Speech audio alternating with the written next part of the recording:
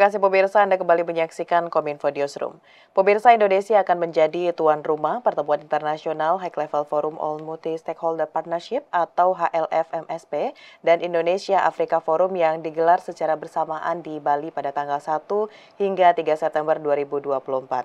Dari forum ini, semua pemangku kepentingan di seluruh dunia akan melakukan diskusi dan Presiden Republik Indonesia Joko Widodo juga mengajak dunia untuk mencarikan solusi untuk menghadapi tantangan global yang semakin hari semakin kompleks. Namun demikian pemirsa, mewabahnya Mpox atau Monkeypox atau cacar monyet di berbagai negara mengharuskan Indonesia untuk waspada dan melakukan berbagai langkah pencegahan penyebarannya. Dan untuk membahasnya lebih jauh pemirsa, bagaimana dari Indonesia dalam melakukan mitigasi penyebaran dan pencegahan Mpox saat pelaksanaan HLFMSP dan Indonesia Afrika Forum yang kedua tahun 2024 ini. Kita akan berdiskusi bersama dengan Kabiro Humas dan Layanan Publik Kementerian Kesehatan Ibu Siti Nadia Tarmizi. Assalamualaikum, selamat malam Bu Nadia. Selamat malam Mbak Muna, salam sehat.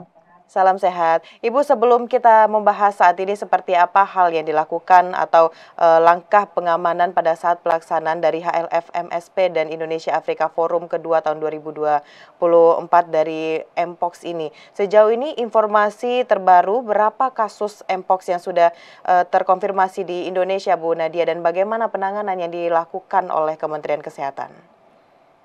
Iya, jadi kita tahu apa yang memicu bahwa Mpox ini kembali disampaikan sebagai kedaruratan kesehatan global itu adalah karena adanya peningkatan kasus di kawasan Afrika ya, yang kemudian Mpox ini menyerang anak-anak dan terjadi peningkatan dari angka kematian ya. Jadi case fatality rate-nya itu sampai dengan antara 5 sampai 10%. Hingga tanggal 14 Agustus yang lalu WHO meningkatkan status Mpox ini kembali menjadi health emergency international concern, jadi penyakit yang menjadi perhatian internasional.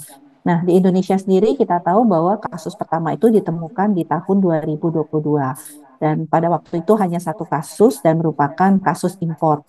Di tahun 2023 kita menemukan 73 kasus ya dan sudah tentunya ini bukan hanya kasus impor tapi juga sudah kasus lokal. Dan selama 2024 ini kita menemukan 14 kasus yang terkonfirmasi positif. Saat ini ada sekitar 15 kasus suspek Mpox, tapi 10 itu sudah keluar hasil laboratoriumnya dan dinyatakan negatif. Kita masih menunggu 5 lagi apakah ini kasus Mpox atau bukan, karena masih dalam pemeriksaan laboratorium. Nah, tentunya kalau kita lihat baik di global maupun di Indonesia sendiri, melihat jumlah kasus dan jumlah kematian ya, karena di Indonesia tuh tidak ada kematian sampai saat ini, Mbak Mona. Kalau global itu ada sekitar 203 kematian, 235 kematian. Nah, kalau kita melihat bahwa ini berbeda dengan COVID-19 ya, yang angka kasus dan kematiannya itu sangat tinggi, sehingga walaupun terjadi peningkatan status daripada Mpox menjadi perhatian kesehatan global, kita di Indonesia tentunya mengantisipasinya dengan cara meningkatkan kewaspadaan kita, baik kewaspadaan individu, masyarakat, dan juga kita melakukan penguatan kewaspadaan dengan meningkatkan surveillance kita. Baik, berarti di Indonesia sudah ada 15 kasus yang kita lakukan, kita temukan 10 diantaranya negatif, tinggal menunggu 5 lagi begitu Bu Nadia. Dan saat ini Ibu, kalau di media sosial beberapa waktu belakangan banyak yang mengatakan bahwa adanya rumor bahwa Mpox ini bisa menular melalui udara. Nah, terkait dengan hal ini seperti apa Bu Nadia penjelasannya? Ya, jadi Mpox ini penularannya adalah jelas kontak langsung, Mbak Muna. Jadi kontak langsung, apakah itu kontak langsung melalui hubungan seks ataupun sentuhan dari kulit ke kulit ya. Jadi kontak langsung dengan cairan tubuh ataupun lesi daripada Mpox itulah yang menyebabkan terjadinya penularan. Nah, dikatakan penularan melalui droplet itu juga bisa terjadi terutama pada kontak yang erat dan dekat. Jadi berbeda dengan COVID, mungkin 3-6 meter dropletnya itu terhirup dengan kita. Tapi kalau pada Mpox, dia harus kontaknya itu kalau melalui droplet itu dekat sehingga menempel pada kulit orang lain sehingga menyebabkan tertular. Dan ini kita juga bisa melihat bahwa pada benda-benda yang tercemar, yang artinya benda-benda itu misalnya pegangan pintu, pegangan tangga, atau penggunaan handuk secara bersama, atau mungkin tidur di tempat tidur yang sama sehingga menggunakan spray yang sama, itu berpotensi untuk menyebabkan terjadinya penularan. Jadi walaupun bukan kontak langsung ya, tadi dengan kulit-kulit ataupun serum ataupun cairan tubuh atau lesi tubuh, tapi bisa juga tadi dengan kontak langsung pada benda-benda yang tercemar atau melalui droplet yang benar-benar jaraknya itu dekat dan erat ya, yang kemudian bisa terjadi terutama umumnya biasanya itu kontak melalui droplet itu sangat memungkinkan pada kejadian di rumah tangga ya, karena kemudian atau di rumah atau di keluarga karena itu kan memang dekat sekali hubungan antara satu orang dengan orang lainnya. Baik, Bu Nadia, kita juga menemukan dari laman Kemenkes terdapat dua kategori mpox virus, yakni clade 1 dari Afrika Tengah dan juga clade 2 dari Afrika Barat. Sebenarnya apa yang membedakan dari dua kategori mpox ini, Bu Nadia, secara kasat mata? Apakah gejalanya bisa dikenali begitu, Bu? Ya, kalau gejalanya mungkin agak sulit ya kalau di awal-awal karena sama ya, umumnya demam, terus pegel-pegel begitu ya, kemudian muncul ruam-ruam merah dan kemudian ada pemberasaran kelenjar getah bening di ketiak atau di leher. Nah, hanya saja kalau kita tahu bahwa mpox ini punya dua varian ya awalnya, yaitu varian clade 1 dan clade 2. Dan clade 1 itu ada subvariannya. Subvariannya itu adalah subvarian 1A dan 1B. Dan untuk clade 2 tadi punya subvarian 2A dan 2B. Nah, yang 1A dan 2A ini umumnya adalah yang menular dari hewan ke manusia. Tapi kalau yang satu itu tadinya hanya 1B di seluruh dunia ini. Nah, itu kita lihat umumnya menyerang pada orang dewasa dan tadi pada populasi kelompok yang memiliki perilaku seks beresiko, yaitu mereka yang punya multi partner, khususnya pada lelaki, seks dengan lelaki. Nah, yang varian subvarian baru itu muncul belakangan di Kongo yang kita sebut sebagai clade 1B. Clade 1B ini pertama, dia menyerang anak-anak dan remaja, jadi bukan hanya dewasa. Kedua, gejalanya lebih berat, jadi ruam-ruam merahnya itu lebih padat, kemudian lebih menyerang di arah muka ya seperti itu dan memang lebih banyak. Kalau yang clade 2B yang ada juga di Indonesia itu lebih kecil-kecil ruam-ruamnya, jumlahnya lebih sedikit ya, menyebar-nyebar gitu seperti kita tahu lah kalau kita sakit cacar ya Mbak ya, Mbak Munaya, Ya. dan gejalanya lebih ringan seperti itu dan akan bisa sembuh lebih cepat kalau yang 2B ini dibandingkan yang 1B. Nah, masalahnya adalah Mpox ini memiliki masa inkubasi 5 sampai 21 hari sejak keterpaparan. Baik, Bu Nadia, ini kita beralih, tadi sudah Ibu jelaskan seperti apa ciri-ciri dan bagaimana penyebarannya. Kita beralih ke mitigasi penyebaran dari Mpox pada pelaksanaan HLF MSP dan juga Indonesia Afrika Forum kedua di Bali pada awal bulan nanti.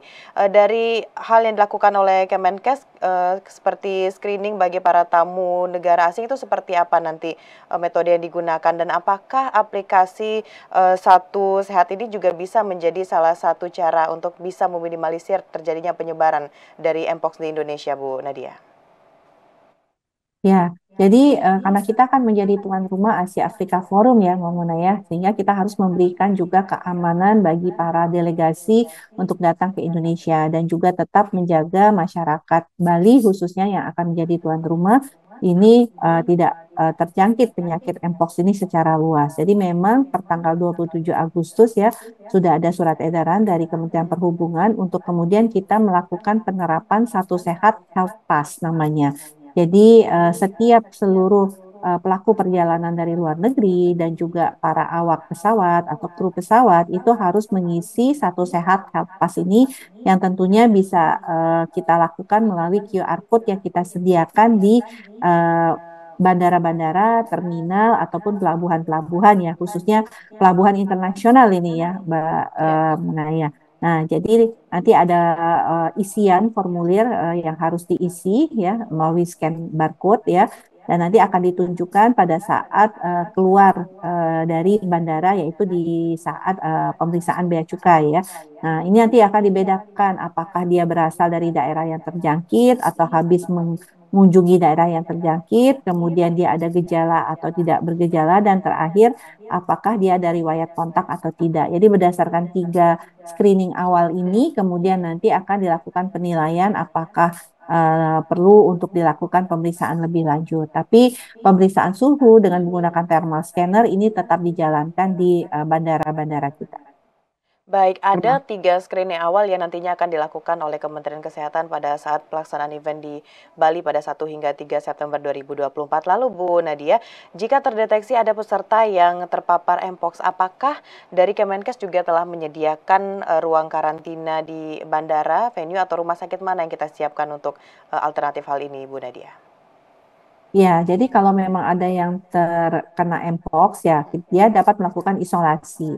Kalau gejalanya ringan, isolasi bisa dilakukan di tempat dia menginap ya, tapi tentunya Ya. dengan pengawasan tenaga kesehatan. Karena memang kan sebagian besar tuh gejalanya ringan ya Mbak Muna ya. Dan kita juga sudah menyiapkan obat antivirus terutama untuk mereka yang memiliki gejala berat atau mereka yang punya kelainan imunitas ya. Jadi memang Mpox itu cenderung gejalanya ringan, akan sembuh sendiri. Kita hanya memberikan obat-obat yang sifatnya simptomatis ya, artinya kalau dia demam kita kasih obat anti demam, nyeri kita kasih obat anti nyeri dan sebagainya. Karena memang tidak ada obat khusus untuk pasien ataupun penyakit Mpox ini. Nah, yang lain tentunya kita melakukan vaksinasi ya. Kita memprioritaskan vaksinasi misalnya kepada petugas laboratorium, petugas yang nanti akan bertugas akan kemungkinan terpaparnya besar ya terhadap penyakit Mpox, dan tadi kelompok seks beresiko tadi yaitu mereka adalah khususnya lelaki, seks yang dengan lelaki. Ini yang kita lakukan selain juga pemeriksaan laboratorium, kita siapkan juga rujukan untuk laboratorium. Tapi delegasi tidak perlu khawatir ya, artinya rumah sakit juga sudah kita siapkan ya bahwa selain tentunya lab rujukan ya, yang tentunya kita siapkan juga adalah bagaimana kemudian untuk seperti rumah sakit di Bali, itu seperti Rumah Sakit Ngurah, kemudian RSUD Provinsi Bali itu juga disiapsiagakan untuk menerima rujukan. Nah, tapi kalau gejalanya ringan ya tidak perlu dilakukan isolasi khusus ya. Baik, berarti rumah sakit yang ada di Bali ini sudah siap gitu Bu ya, apabila nanti kita menemukan kasus Mpox pada saat pelaksanaan event 1 hingga 3 September 2024 dan tidak ada, tadi Bu Nadia menjelaskan tidak ada obat khusus untuk penyembuhan dari Mpox ini. Terakhir Bu Nadia, bisa disampaikan himbauannya juga kepada masyarakat khususnya nanti yang akan meramaikan, menyukseskan pelaksanaan dari 2 event internasional di Bali pada September mendatang. Silakan Ibu terkait dengan Mpox. Ya, jadi tentunya kita akan menjadi tuan rumah yang baik ya untuk pertemuan internasional atau perhelatan internasional ini. Sehingga dua hal yang harus kita lakukan, bagaimana para pendatang, para delegasi ini memiliki rasa aman untuk jangan sampai terjadi potensi penularan saat mereka melakukan kegiatan ataupun melakukan perjalanan di Bali. Dan ini sudah kita siapkan dengan mulai adanya screening gejala dengan satu sehat health pass, kemudian juga ada tes PCR ya yang ada gejala suspek atau gejala kontak yang kita lakukan, bahkan tes ini bisa kita siapkan di dekat venue utama daripada pertemuan Forum Asia Afrika ini ya, untuk kemudian memudahkan sehingga tidak perlu yang bersangkutan itu kalau ada gejala harus pergi dulu ke rumah sakit dan sebagainya. Yang ketiga adalah penyiapan vaskes ya, artinya bagaimana kita menyiapkan eh, rumah sakit ya sebagai rujukan, mulai dari rumah sakit milik Kementerian Kesehatan, rumah sakit pemerintah Provinsi Bali, dan juga rumah sakit daerah kabupaten kota di mana venue-nya ini berada. Selain itu, kita menyiapkan pengobatan sesuai dengan standar yang artinya kalau termasuk penyediaan obat antivirus untuk gejala yang berat. Nah, kami berharap bahwa masyarakat tentunya tetap waspada, jangan lupa bahwa kita tetap menerapkan personal hygiene, yaitu cuci tangan dan juga menjaga kebersihan kita. Dengan ini tentunya kita akan bisa mensukseskan acara Asia Afrika Forum ya. Yang kedua adalah tentunya kita akan mencegah jangan sampai kemudian virus ini infeksinya menyebar dan meluas di kalangan masyarakat Bali khususnya. Baik, tentu kita harapkan dengan berbagai upaya yang telah tadi disampaikan Ibu Nadia dari Kementerian Kesehatan untuk pengamanan atau screening Mpox di pelaksanaan forum internasional ini bisa menyukseskan kedua kegiatan pada 1 hingga 3 September 2024 di Bali. Ibu, terima kasih banyak sudah menyampaikan informasi update terbaru dari Mpox di Indonesia dan bagaimana mitigasi yang dilakukan oleh Kementerian Kesehatan. Kita akan update terus Bu Nadia bagaimana informasi berikutnya. Terima kasih, selamat malam Bu Nadia, selamat melanjutkan aktivitas. Selamat malam, Mbak Mona. Salam sehat. Salam sehat Ibu. Dan pemirsa, itulah dialog kita pada malam hari ini bersama dengan Kabiro Humas dan Layanan Publik Kementerian Kesehatan, Ibu Siti Nadia Tarmizi. Usai jeda pariwara, kami akan kembali dengan informasi lainnya. Tetaplah bersama Kominfo Newsroom.